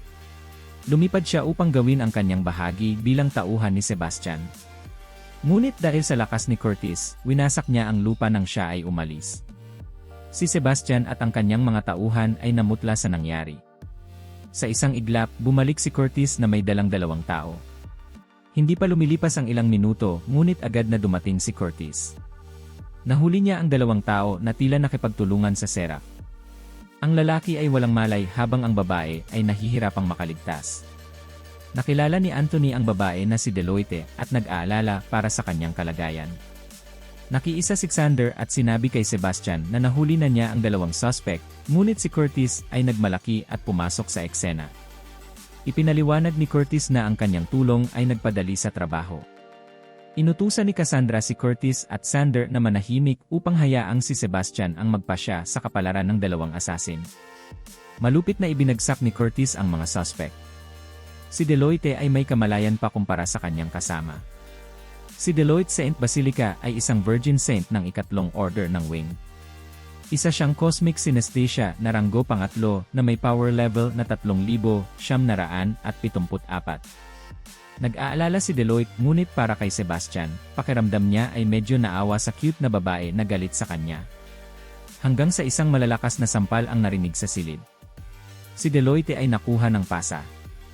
Si Cassandra ay sobrang nainggit, iniisip na sinusubukan ni Deloitte na akitin si Sebastian. Ngunit naguguluhan si Deloitte dahil sa akusasyon na siya ay may pagnanasa sa kanyang kalaban. Pero patuloy na nag-akusa si Cassandra at nagsimulang magpakita ng kakaibang selos nang akusahan niya si Deloitte ng sexual na panghaharas kay Sebastian dahil tinawag niyang asyol. Ngunit pinagtanggol ni Deloitte ang kanyang sarili at tinawag na perverted succubus si Cassandra. Si Cassandra ay labis na na-trigger ngunit sa kanyang kaso, iniisip niyang gusto siya ni Sebastian dahil sa pagiging pervert. Hanggang sa nang pumagitna si Sebastian. Tinawag ni Sebastian si Cassandra upang itigil ang kanyang kakaibang parusa dahil siya ang magpapasya sa kapalaran ng mga nahuling suspect. Sa wakas, gumawa ng anunsyo si Sebastian tungkol sa mga nahuling kabalyero. Una niyang pinasalamatan ang kanyang mga subordinates para sa kanilang pagsusumikap at kontribusyon, at ang lahat ay namutla sa pag-aakala na ang kanilang master ay nagpapakita ng pasasalamat. Lahat ay nagulat tulad ni Maoking, Drom, Isham, at kahit si Radix na malayo sa silid, pati si Nirobar na nabigla at hindi makapagsalita, habang si Sebastian ay nagtataka kung may nasabi siyang mali. Pinaalala ng Eternal Flame kay Sebastian na nagulat ang lahat dahil sa kanyang biglaang pagbabago ng ugali. Lumabas na sa mga nakaraang pagpupulong, si Sebastian ay palaging nagkokritisismo at nagbibintang sa lahat, ngunit hindi siya nagpasalamat sa kanyang mga subordinates. Napagtanto ni Sebastian na ang dating may-ari ng kanyang katawan ay talaga namang jerk at nahihiya siyang magpasalamat sa kauna-unahang pagkakataon. Nagpatuloy si Sebastian at inutusan si Nirobar na pamahalaan ang mga proceedings dahil sa kanyang awkward at nakakahiya na sandali. Ngunit si Nirobar ay nagulat pa rin, ngunit inutusan siya ni Sebastian hindi dahil siya ang pinakamalapit sa kanya pisikal, kundi dahil si Nirobar ang military commander. Inanunsyo ni Sebastian na ang pagdiriwang ng tagumpay ay pangungunahan ni Robar sa kanyang ngalan. Ngunit lahat ay sobrang naguluhan at nalito. Si Robar ay naging propesyonal at maayos na nagbigay ng talumpati na dapat magpasalamat at manatiling tapat sa kanilang majesty sa kabila ng bihirang pagkakataon na siya ay nagpapahayag ng pasasalamat sa kanyang mga subordinates. Nakaramdam si Sebastian ng hindi komportable dahil hindi pa siya sanay sa mga setting. Gumawa si Robar ng anunsyo bago magsimula ang pagdiriwang ng piging. Pinaalala niya sa lahat na may tatlong mahahalagang bagay na kailangang desisyonan ng isang army. Ang una ay kung paano nila haharapin ang kanilang mga bihag, ang ikalawa ay kung paano nila pamamahalaan ang gobyerno sa Wing City. Ngunit ang huli ay medyo hindi pa sigurado para kay Robar para sa kanilang mga army na naglalakbay sa paligid ng lungsod, nagtataka siya kung iyon ang magiging susunod nilang layunin. Pinuri ni Sebastian si Robar para sa kanyang talumpati. Nagpasalamat si Robar sa papuri, ngunit kailangan niyang ipaalala kay Sebastian na magdesisyon agad sa tatlong bagay. Ngunit si Sebastian ay may pusong tao pa rin at nararamdaman ang lahat ng pressure ng pagiging hari. Huminga ng malalim si Sebastian habang maingat niyang pinag-iisipan ang kanyang desisyon. Idineklara ni Sebastian ang demokrasya dahil nais niyang marinig ang opinyon ng lahat kung paano lutasin ang kanilang tatlong problema. Lahat ay nagmuni-muni sa kanilang majesty dahil sa pagkagulo. Ngunit para kay Curtis, hindi niya iniisip na mahalaga ang kanilang usapan. Dahil ang mga tao ay kanilang kaaway, nais lang ni Curtis na patayin na agad ni Sebastian ang kanilang mga bihag. Ngunit nagpatuloy si Sebastian sa pakikinig sa lahat pagkatapos magsalita si Curtis. Nagbigay si Curtis ng paliwanag na hindi kinakailangan ang pakikinig sa lahat. Para kay Curtis, ito ay dapat na common sense na ang kanilang uri ay magalit at pumatay ng mga tao. Nagmumula na sa ugat ni Sebastian ang pagkairita dahil gusto niyang ideklara ang demokrasya, ngunit patuloy na tinatanong ni Curtis ang kanyang desisyon. Kahit na nais ni Curtis na magtalo, bumaba siya ng may paggalang sa kanyang pride at hinayaan si Sebastian na gawin ang kanyang nais. Tinawag ni Curtis si Maoking na magsalita. Ibinasa ni Maoking ang kanyang desisyon sa isang bata na tapat niyang tinutupad na patuloy niyang susundin ang utos ng kanyang majesty. At para kay Yesham, pinili niyang alisin ang mga bihag dahil ito ang kanilang natural na kaaway. Para kay Drom, hindi niya nais patayin agad ang mga tao, ngunit nais niyang torture ang mga ito sa halip. Ngunit ang desisyon ni Cassandra ay nakabatay sa kung paano magiging masaya si Sebastian. Napansin ni Curtis na hindi masyadong iniintindi ni Cassandra ang kanilang hinaharap, ngunit para kay Cassandra, ang tanging pinagmamalasakit niya ay si Sebastian. At para sa desisyon ni Xander, nahihiya siyang maging tao, ngunit mahinahon niyang iminungkahi na patayin ang mga bihag. At sa wakas, ang desisyon ni Robar ay patayin ang mga bihag dahil sa kanyang depensa, natural para sa mga demonyo at tao na maging magkaaway. Ngunit sa kabila nito, si Sebastian ay may moral pa rin at ayaw maging mamamatay tao, ngunit tila niya ay minamaliit ang pagkapuot sa pagitan ng mga tao at demonyo. Nagtataka siya kung ano ang maaaring ruot ng problema na mayroon siya dahil sa kanyang maling pananaw. Habang masusing iniisip ni Sebastian, hindi makapaghintay si Curtis na magdesisyon ang kanilang majesty. Hindi makapaghintay ang mga kasamahan ni Sebastian na mag-utos at patayin agad ang mga bihag. Pinaalalahanan ni Curtis si Sebastian na tinupad niya ang kanyang pangako na ipagpaliban ang buhay ni Albert sa pamamagitan ng paggawa sa kanya na alipin ng Demon Army. Lubos na galit si Anthony nang malaman ang kapalaran ng kanyang anak. Ngunit hindi na makapaghintay si Curtis para sa desisyon ng kanilang majesty. Hindi pa rin maayos na maisip ni Sebastian ang mga bagay, nararamdaman niyang masama ang pag-isip na patayin ang lahat ng mga inosenteng bihag. Ngunit alam niyang kailangan niyang magdesisyon dahil siya ang leader ng malupit na hukbo. Naalala ni Sebastian ang huling mga salita ng Seraph. Naalala niya kung paano siya paborito ng Seraph na iligtas ang mundo. Nababalisa si Sebastian na gumawa ng di makatawid na desisyon, kundi ay magiging katawa-tawa siya sa harap ng mga demonyo na nagtatanaw sa kanya. Hindi nagsalita si Sebastian, ngunit gumawa ng sariling desisyon si Curtis dahil sa katigasan ng ulo at iniutos sa kanyang mga tauhan na patayin ang lahat ng mga bihag. Nagulantang si Sebastian habang natakot si Deloitte. Pinalaya si Albert mula sa pagkapugot ng ulo habang sumisigaw si Anthony sa kanya bilang isang traidor, pinutol ng demon ang robe para palayain ang mga blades. Habang binibigkas ni Anthony ang isang panalangin habang tinatanggap ang kanyang kapalaran. Sumigaw si Deloitte nang makita ang kakila-kilabot na kapalaran ng kanyang mga kasama hanggang sa nagkalat ang dugo at tumalon ang ulo ng mga bihag pagkatapos mapugot ng ulo. Nawalan ng malay si Deloitte nang makita ang kanyang mga kaibigan na namamatay sa kanyang harapan, habang si Sebastian ay naiinis na makita ang mga inosenteng tao na namamatay sa kanyang utos. Ngunit wala nang pakialam si Curtis, sinubukan pa niyang ipalagay na baka nakaramdam ng simpatya si Sebastian sa mga patay na tao. Ngunit hindi binago ni Sebastian ang kanyang imahe, at nagsabi na siya ay may sakit ng ulo lamang. Tila nag-udyok si Curtis kay Sebastian sa pamamagitan ng pagbabalik-tanaw sa insidente, kung saan natalo ni Sebastian si Ken gamit ang isang magic weapon summon. Hindi tumigil si Curtis sa kanyang hinala, tinuro niya ang assassin, habang iniisip niyang hindi sana nahirapan si Sebastian noong tinamaan siya ng arrow. Tinukoy din niya ang desisyon ni Sebastian na panatilihin ang bata at isama ito habang nagplano silang magdaos ng salu-salo. Sa mga sandaling iyon, naging matindi ang sitwasyon nang magsimulang magduda si Curtis sa kamakailang kakaibang pag-ugali ni Sebastian. Inisip ni Curtis na baka na-brainwash si Sebastian ng artifact ng Seraph. Lubos na nagulantang si Sebastian. Nakita ni Curtis ang ngiti sa kanyang mukha habang naisip niyang ang kanilang Majesty ay hindi ang orihinal na Overlord. Nanginig si Sebastian sa takot na mabunyag agad ni Curtis. Ngunit kahit natatakot si Sebastian, nagpatuloy pa rin siya sa pagpapanggap bilang Overlord at tinawag si Curtis na isang walang galang na magtanong sa kanyang kakaibang desisyon. Ngunit matalim si Curtis, naniwala siyang hindi patunay ang mga aksyon ni Sebastian na siya talaga ang Overlord. Hinamon ni Sebastian si Curtis na patunayan ang kanyang sarili. Kaagad na ginamit ni Curtis ang kanyang kapangyarihan. Hinamon niya si Sebastian na hadlangan lamang ang kanyang elf fire attack. Ngunit gusto ni Cassandra na itigil ang laban. Ngunit talagang matigas ang ulo ni Curtis at gusto niyang patunayan na siya ang tama. Pumaimbabaw siya kay Cassandra at sinabing ang tunay na Overlord ay hindi tatanggihan ang isang hamon. Minsan, tinukso pa niya si Cassandra sa pamamagitan ng pagtatanong kung bakit hindi niya pinaniniwalaan ang kakayahan ng kanyang Majesty. Samantala, si Xander na mataas ang tingin kay Sebastian ay ayaw makialam dahil naniniwala siyang kayang hawakan ni Sebastian ang sitwasyon. Hindi nag-atubili si Curtis sa paggamit ng kanyang kakayahan laban kay Sebastian. Habang si Sebastian sa kabilang banda ay labis na natatakot.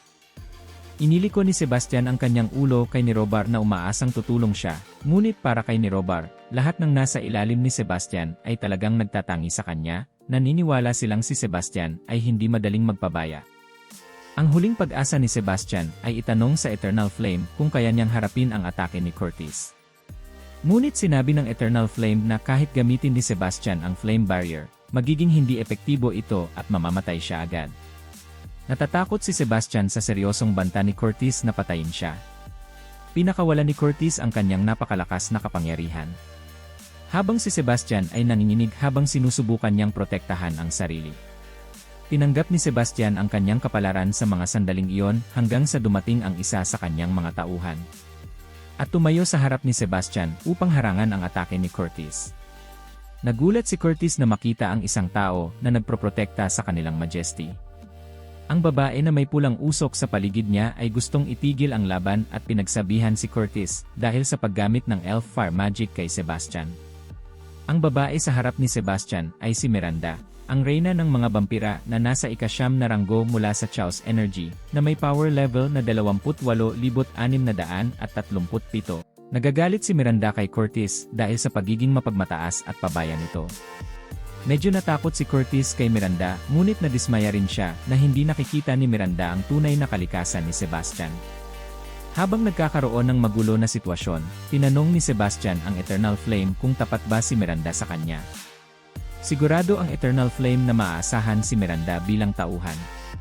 Nagbigay ang Eternal Flame ng maikling background tungkol sa relasyon ni Sebastian at Miranda. Magkasama na silang nagtatrabaho ng mahigit sa 100 taon at magkasama nilang itinatag ang Devil Army. Si Miranda ang pinakamalakas na Demon Queen sa ilalim ni Sebastian na napakatapat. At sa 12 ranggo, hindi natalo si Miranda, ngunit handa siyang tumulong kay Sebastian mula pa noong simula.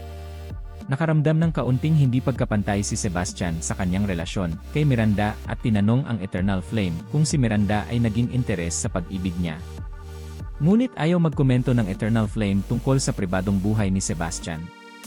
Si Miranda lamang ang tumayo para kay Sebastian sa mga sandaling iyon. Ang katapatan ni Miranda ay walang duda. Ang nakakatakot na aura ni Curtis ay dahan-dahang nawalan ang lumitaw si Miranda sa kanyang harapan. Sana hindi maging tanga si Curtis sa pag-aakalang makikipaglaban sa isang malakas na entidad tulad ni Miranda, umaasa si Xander mula sa likod. Ngunit si Cassandra, na may malalim na pagkagusto kay Sebastian, ay nais ding tumulong ngunit sa kasamaang palad. Nagamit na niya ang kanyang demonization form at naniniwala na si Miranda lamang ang may kakayahang pigilan si Curtis na maging panganib.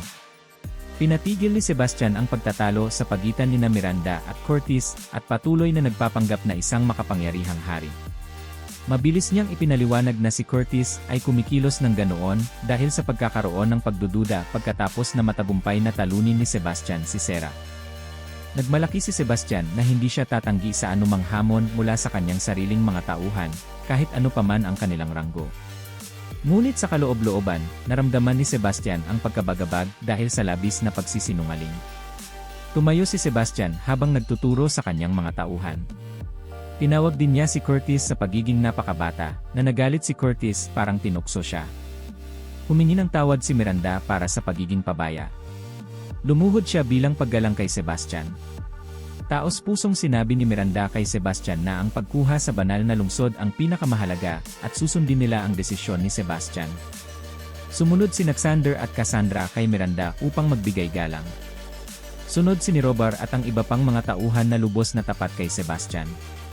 Lahat ng tao sa silid ay nagbigay galang sa kanilang hari.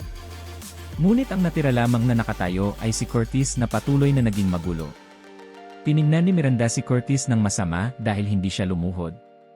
Matapos pagsabihan ni Miranda, agad na lumuhod si Curtis at sinabi sa lahat na wala na siyang duda sa kanilang hari. Sa isipan ni Sebastian, pinuri niya si Miranda sa kanyang kakayahang lutasin ang sitwasyon sa larangan ng kanyang sarili. Pagkatapos ng lahat ng kaguluhan, nagpasya si Sebastian na bigyan ng talumpati ang lahat. Sinabi niya sa lahat na paulit-ulit silang pumapatay ng mga tao dahil sa pagiging mapanganib sa kanilang pag-iral. Tinanong niya ang lahat tungkol sa layunin ng pagpatay sa mga tao o kung nais lamang nilang ipakita ang kanilang dominasyon sa sangkatauhan. Si Cassandra at Miranda ay nagbigay pansin sa talumpati ni Sebastian. Habang si Curtis ay isang gutom na halimaw na mas gugustuhin pang patayin at gawing alipin ang bawat tao dahil naniniwala siya na ang kanilang pag-iral ay upang maging kasangkapan sa paglipol sa sangkatauhan. Sinabi ni Sebastian kay Curtis na mali siya, at kung patuloy nilang pinipilit ang sangkatauhan, mas lalo lamang silang maghihiganti. At walang takot at panggigipit ang makapagpipigil sa mga tao na umatake sa mga demonyo. Nagsarcastically na sumagot si Curtis upang pakinggan ang mga pananaw ni Sebastian.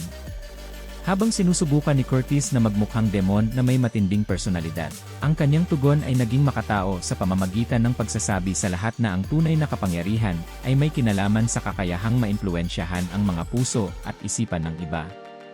At ang susi sa pagkapanalo sa digmaan ay ang pag-conquer sa mga puso ng sangkatauhan. Naguluhan ang lahat sa emosyonal na talumpati ni Sebastian. Tinanong ni Robar si Sebastian tungkol sa kanyang talumpati. Sumagot si Sebastian na naisip lang niya yon sa isang iglap, ngunit sa totoo lang, kinopya lang niya ang talumpati na natutunan niya sa kanyang totoong mundo sa history class. Pagkalipas ng ilang sandali, ipinaliwanag ni Sebastian ang kanyang talumpati sa kanyang mga tauhan. Namangha si Robar sa talumpati at inisip na ang kahulugan nito ay ang pagpapasakop sa mga puso at isipan ng mga tao. Ganoon din si Miranda, inisip niyang hindi ito makatwiran ngunit malalim. Si Curtis ay patuloy na sinusubukang intindihin ang talumpati. Habang sina Drom at E9 ay wala pang ideya. Sa kabilang banda, iniisip ni Sebastian na naisip niyang malinlang ang lahat sa pamamagitan ng pagkopya ng karunungan ni Gandhi at Zhuge Liang at kahit naisip na makikinabang mula sa mga naunang leader. Patuloy na kumikilos si Sebastian bilang isang inspirational na leader at iniutos sa lahat na maghanda para sa isang paglalakbay sa lungsod. Ngunit tumutol si Curtis dahil ang puot ng mga tao laban sa mga demonyo ay sariwa pa. Sumang-ayon si Drom kay Curtis dahil ilan sa kanilang mga sundalo ay namatay sa kamay ng mga tao at kung hindi nila kakalabanin, maaaring mabigo si Drom sa mata ng kanyang broodmother. Tiningnan ni Sebastian ang lahat at sinabi na sinumang tututol ay dapat mamatay. Pumigil si Drom sa kanyang bibig at natakot. Kumpiyansa si Sebastian sa kanyang plano dahil ang banal na lungsod ay isa lamang sa maraming lungsod at ito ay isang relihiyoso. Ngunit okay siya sa kanyang plano dahil ang banal na lungsod ay may iba pang aspeto ng kapangyarihan sa ibang lugar. Nagbigay si Sebastian ng isa pang karunungan sa pamamagitan ng pagsasabi sa lahat na kung alam nila ang kaaway at alam nila ang kanilang sarili, hindi nila matatakot sa resulta ng isang daang laban. Lahat ay lubos na naguluhan. Muling ipinaliwanag ni Sebastian ang kanyang karunungan na kung nais nilang talunin ang kaaway, kailangan nilang maunawaan ang kanilang mga kalaban tulad ng kanilang mga halaga, takot, aspirasyon, at desperasyon. Tinanong niya ang lahat kung naisip nila na ang mga tao ay maaaring may ibang ideolohiya tulad ng ibang reaksyon sa katarungan at karangalan dahil ang mga tao ay may kanilang mga paniniwala at emosyon na naiiba sa mga demonyo. Nagbigay siya ng lektura tungkol sa mga tao sa kabila ng kanilang maikling buhay, mayroon pa rin silang katalinuhan, karunungan na nakasulat sa mga aklat, na ipapasa sa susunod na henerasyon. Nananatiling nakatuon ang lahat sa talumpati ni Sebastian, habang tinutukoy niya ang mga aklat na susi sa kultura ng sangkatauhan. Iniutos niya sa lahat na sirain ang pamana at karunungan ng sangkatauhan sa pamamagitan ng pagwasak sa mga aklat, at ito ay magwawasak sa mga pagkakataon ng sangkatauhan. Patuloy na sinusubukan ni Sebastian na linlangin ang lahat sa pamamagitan ng pagpapaniwala sa kanila na kapag pinutol nila ang kaalaman ng sangkatauhan, magiging katumbas ito ng pagputol sa kanilang buhay. Sa halip, iminungkahi ni Sebastian na dapat nilang isagawa ang proseso at pag-aralan ang kaalaman ng mga tao upang ang ginintuang panahon ng sangkatauhan ay magwakas. Nakumbinsi ni Sebastian ang lahat na ang kanyang plano ay magpapabagsak sa kabihasnan. Lahat ay lubos na kumbinsido. At ito ay nag-iwan sa kanila ng walang masabi. Sa plano ni Sebastian, inisip ni Maoking na ang talumpati ay isang walang kapantay na karunungan at kasiraan, sumang-ayon si Cassandra kay Maoking. Buong suporta si Cassandra kay Sebastian, habang si Curtis sa likod ay patuloy na nagduda sa lahat ng bagay. Sa isip ni Sebastian, hindi siya makapaniwala na gumana ang kanyang gaslighting ngunit kailangan pa niyang sabihin ang isa pang bagay upang makamit ang tagumpay. Sa kabila ng lahat ng sinabi ni Sebastian, naniniwala pa rin siya na ang mga tao ay hindi mahina at may sarili silang pamamaraan ng pakikipaglaban.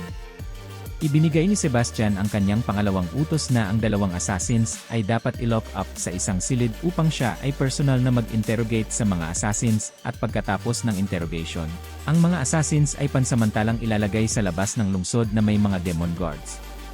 Pagkatapos ibigay ni Sebastian ang kanyang mga utos, tinapos niya ang pagpupulong. Walang nagtanong sa mga utos ni Sebastian, ngunit si Curtis lamang ang nakaramdam na may kakaiba.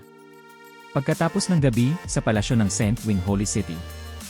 Habang tumitingin si Sebastian sa paligid, ang tanawin ng gabi at ang arkitektura ng lugar ay nagpapaalala sa kanya ng Constantinople mula sa ika-19 na siglo kung saan ang tanawin ay nasira ng digmaan. Ang banal na lungsod na tinitingnan ni Sebastian ay ganap na nasira ng Demon Army sa loob lamang ng isang araw. Alam niyang magiging mahirap na muling itayo ang lahat. Sa kanyang libreng oras, nagmumuni-muni si Sebastian sa kanyang mga aksyon mula nang siya ay muling ipinanganak sa mundo at nasangkot sa sunod-sunod na insidente ng walang pahinga. Sa kanyang pagninilay, marami siyang nagawang mga hangal na desisyon. Ngunit dahil si Sebastian ngayon ay may ilang kaalaman tungkol sa mundo at kung paano umabot ang mga naninirahan dito, panahon na ni Sebastian na pag-isipan ang kanyang susunod na hakbang. Habang sinusubukan ni Sebastian na gumawa ng plano, naramdaman niyang aktibo ang Eternal Flame. Nag-isip si Sebastian kung makakabasa ang Eternal Flame ng kanyang isip. Ngunit tinanggihan ng Eternal Flame ang tanong sa pamamagitan ng pagsasabi kay Sebastian na hindi niya susubukang basahin ang kanyang isip maliban na lamang kung si Sebastian ay may self-marking sa kanyang isip.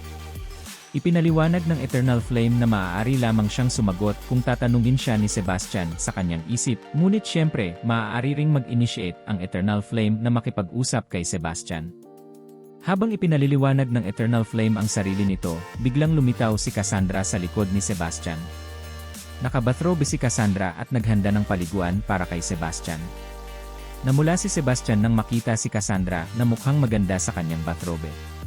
Pero sa isip niya, tinanong niya ang Eternal Flame kung paano niya maitatago ang kanyang mga pakpak upang makaligo siya. Iminungkahi ng Eternal Flame na dapat magpahinga si Sebastian at isipin na ilagay ang mga pakpak sa isang invisible na espasyo sa likod niya. Nagawa ni Sebastian na itago ang kanyang mga pakpak at kasalukuyang tinatangkilik ang kanyang nakaka-relax na paliguan. Habang naliligo siya, napansin niyang mayroon siyang mga well-developed na kalamnan at may mga magical wings at kakayahang mag-recover mula sa sugat. Napansin din niya na ang mga sugat at gasgas ay gumaling na kahit ang bukol sa kanyang pribadong bahagi. Nakikita niyang ang kakayahang magpagaling ay medyo kahanga-hanga. Hanggang sa biglang magulat si Sebastian nang makita niyang pumasok si Cassandra. Pinuri ni Cassandra si Sebastian para sa kanyang pagsisikap habang nagmumukhang seduktibo. Inaalok pa niyang maging karaniwang mapagpakumbaba at masunuring tagapaglingkod na magbibigay ng serbisyo para kay Sebastian. Dahan-dahang ibinaba ni Cassandra ang kanyang bathrobe. Habang si Sebastian ay nagsimula ng magkaroon ng nosebleed sa pagtingin sa sexing hubot-hubad na babae sa harap niya. Hubad na hubad si Cassandra. Habang si Sebastian ay hindi mapigilang mamula. Bumalik sa totoong mundo ni Sebastian, naalala niya ang oras na nanonood siya ng isang pang-adultong video. Hanggang sa muntik na siyang mahuli ng kanyang ina. Naalala rin niya ang panahong nasa paaralan siya na may dalawang magagandang babae sa unahan niya. Sinilip niya ng masama ang bukol ng dalaga. Naalala ni Sebastian na isa lamang siyang normal na high school boy at sa edad kung saan dapat siya ay interesado sa katawan ng isang babae. Balik sa kasalukuyan, panay ang lamig ni Sebastian nang makita si Cassandra dahil sa isip niya, sa tuwing may taong may katawan ng isang seductress ang nasa harapan niya, magiging blanko ang kanyang isip. Ibinabaluktot ni Cassandra ang kanyang magandang katawan habang si Sebastian ay hindi na makahawak pa. Tinawag ni Cassandra si Sebastian. At nagtataka kung bakit dumudugo ang ilong ng kanyang liege. Nagbigay ng dahilan si Sebastian na baka masyadong tuyo ang hangin, pero nagtataka si Cassandra kung paano magiging tuyo ang hangin kung nasa banyo naman sila. Niyakap ni Cassandra si Sebastian habang pinupuri siya kung gaano siya kagwapo, pero ang naramdaman lang ni Sebastian ay ang matigas na dibdib ni Cassandra. Tinanong ni Sebastian si Cassandra kung bakit niya iniisip na gwapo siya kahit na ang lahat sa paligid nila ay nag-isip na kakaiba ang kanyang mga kilos. Pero hindi ito alintana ni Cassandra. Dahil gusto ni Cassandra si Sebastian sa kung sino siya, at masaya si Cassandra na sa wakas ay napansin siya ni Sebastian. Nagpasalamat siya kay Sebastian sa pagbibigay sa kanya ng pagkakataon na protektahan siya. Habang nagpapakita si Cassandra ng kanyang pasasalamat, sinusumpa ni Sebastian ang dating sarili niya dahil hindi siya nagpapakita ng pasasalamat kay Cassandra. Dahan-dahang hinalikan ni Cassandra si Sebastian, habang napagtanto ni Sebastian na may malambing na nararamdaman si Cassandra para sa kanya tulad ng isang fangirl na tumitingin sa kanyang idol. Nakaka-relate si Sebastian sa pagmamahal na isang panig tulad ng kanyang sitwasyon kay Cassandra. Habang tinitingnan ni Cassandra si Sebastian nang may submissive na mga mata, hindi na kinaya ni Sebastian ang sitwasyon. Nag-isip si Cassandra kung hindi na ba siya gusto ni Sebastian matapos siyang i-reject ng halik. Pero ang bagong Sebastian ay mas magalang kaysa sa dating Sebastian. Ngunit masyadong malapit na si Cassandra at hindi na makagalaw si Sebastian. Doon nagpasya si Sebastian na hayaan si Cassandra na gawin ang gusto niya.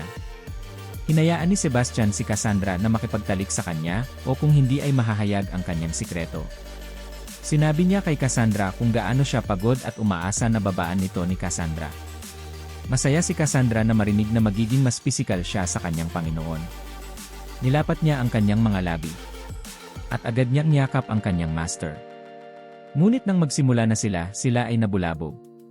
Tinawag ni Miranda ang pangalan ni Sebastian upang makipag-usap sila ng pribado. Hindi natuwa si Cassandra na naabala sila. Samantala, kahanga-hanga si Miranda sa kanyang nightgown.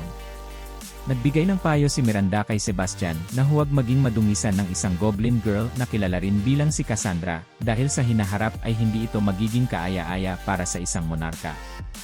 Sa isip ni Sebastian, iniisip niyang maaaring nainggit si Miranda. Sinubukan ni Sebastian na magpaka-relax upang makapagbigay pansin sa emosyon at body language ni Miranda. Nagtataka siya kung bakit ang ganda ng pagkakabihis ni Miranda para lang makita siya. Pero napansin din niya na hindi siya tinitingnan ni Miranda bilang superior kundi bilang kapantay. Napansin niya na si Miranda ay isang makapangyarihang babae na tuwiran din iniisip ni Sebastian na marahil ang relasyon niya kay Miranda ay hindi normal. Ngunit talagang binisita ni Miranda ang kwarto ni Sebastian upang magbigay ng komento sa kanyang pagganap kanina. Iniisip ni Miranda na napakahusay ng ginawa ni Sebastian. Nararamdaman ni Sebastian na tumataas ang tibok ng kanyang puso. Umubo siya ng awkwardly dahil sa pagpaparangal. Naging mas personal si Miranda nang banggitin niyang matagal na silang magkasama sa laban sa loob ng ilang dekada. Pero palaging sumusuporta si Miranda mula sa unahan at sumasang-ayon sa bawat desisyon ni Sebastian. Sa puso ni Miranda, umaasa siyang makakamit din ni Sebastian ang kanyang layunin. Ngunit hindi alam ni Sebastian ang tunay na layunin ng kanyang dating sarili, kaya't tinanong niya ang Eternal Flame kung ano ito. Pero wala ring ideya ang Eternal Flame.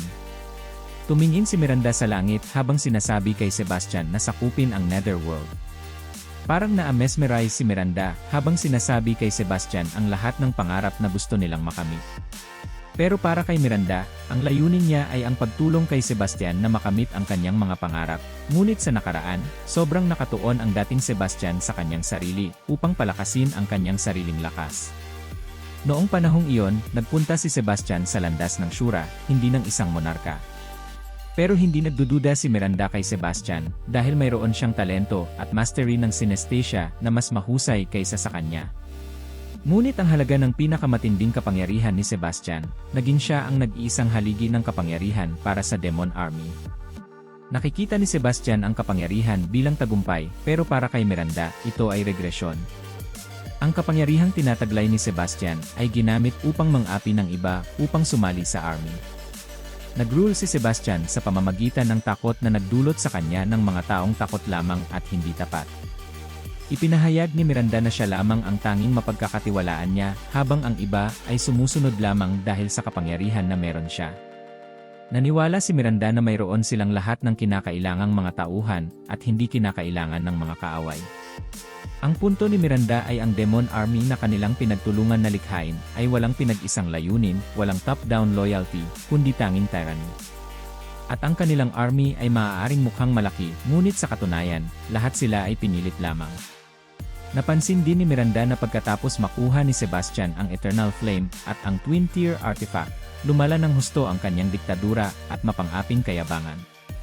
Pinaalala ni Miranda kay Sebastian kung paano niya pinangunahan ang buong army sa pagsasalakay sa mga tao muna na nagdulot ng pasanin sa kanilang demon kind na tiisin ang kanilang walang kabuluhang digmaan. Hinawakan ni Miranda ang mga balikat ni Sebastian at si Sebastian ay kinilig. Binalaan ni Miranda si Sebastian na kung sakali mang mabigo ang digmaan, maaaring magkolapse ang buong army nila. Pinayuhan siya ni Miranda dati na ang pinagsama-samang army ay hindi maaaring umasa sa isang lakas lamang o ang bansa ay hindi maaaring umasa sa isang puwersa lamang. Pero noong panahong iyon, tumanggi si Sebastian na makinig sa kanya hanggang sa nagkaroon sila ng argumento at naging malayo ang kanilang relasyon.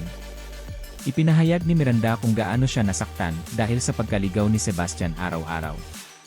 Si Sebastian ay nabwisit dahil wala siyang ideya tungkol sa kanyang dating sarili. Napansin ni Miranda ang mga kamakailang aksyon ni Sebastian sa kanilang pagkikita kanina at naisip na nagbigay si Sebastian ng mas magandang performance na 12 beses na mas mabuti.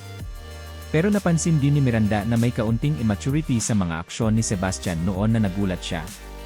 Nalaman ni Sebastian na hindi pumunta si Miranda para siya ay manakaw o luring, kundi upang sabihin sa kanya ang tungkol sa kanyang nakaraang performance. Ang dahilan ni Sebastian ay marami siyang iniisip kamakailan at nais niyang patunayan ang sarili. Hinihiling niya kay Miranda na tulungan siya sa kanyang susunod na hakbang sa pamumuno at pagpapatatag ng army at ng 13th Guardian Order. Naantig si Miranda na makita si Sebastian na tuwiran. Nais ni Sebastian na sana ay maging proxy siya ni Miranda. Sinabi niya kay Miranda na nag-order siya ng ceasefire sa buong lungsod pero iniisip niyang maaaring tingnan siya ng kanyang mga tauhan na parang tanga at ang problema na maaaring mangyari dahil sa pagbabago ng kanyang personalidad. Sobrang tapat siya kay Miranda na hindi siya nag-atubiling humingi ng tulong para sa pag-ingat sa batang iniligtas niya at sa 2 assassins. Nangako si Sebastian na maglalaan siya ng 3 araw upang baguhin at istruktura ang hinaharap ng kanilang Demon Army. Lubos na naantig si Miranda. Namula siya habang nangangako na susundin ang mga utos ni Sebastian. Pagkaraan ng gabing iyon, si Sebastian ay nakahiga sa bubong habang tinitingnan ang langit. Sa kanyang isipan ay pagod na siya at nais na matulog. Napagtanto niya na maaaring hindi ganoon kaganda ang dating Sebastian at pati na rin na ang dating Sebastian ay walang silbi. Napansin ng Eternal Flame kung gaano kaiba para kay Sebastian na banggitin ang kanyang dating sarili. Masaya si Sebastian na marinig ang pananaw ng Eternal Flame. Pero para sa Eternal Flame, kakaiba ng banggitin ni Sebastian na nais niyang matulog dahil ang mga demonyo ay hindi kailangang matulog. Napagtanto ni Sebastian kung gaano siya kabobo sa pagsasalita ng walang pag-isip pero kapaki-pakinabang din sa kanya ngayon na nakakuha siya ng bagong kaalaman tungkol sa demonkind. Napagtanto rin niya na na-miss niya ang isa sa mga punto ni Miranda na ang mga demonyo ay hindi natutulog. Kinumput ni Sebastian na ang 3 araw ay katumbas ng 5 araw dahil hindi sila natutulog. Lumipad si Sebastian upang bisitahin ang isang lugar.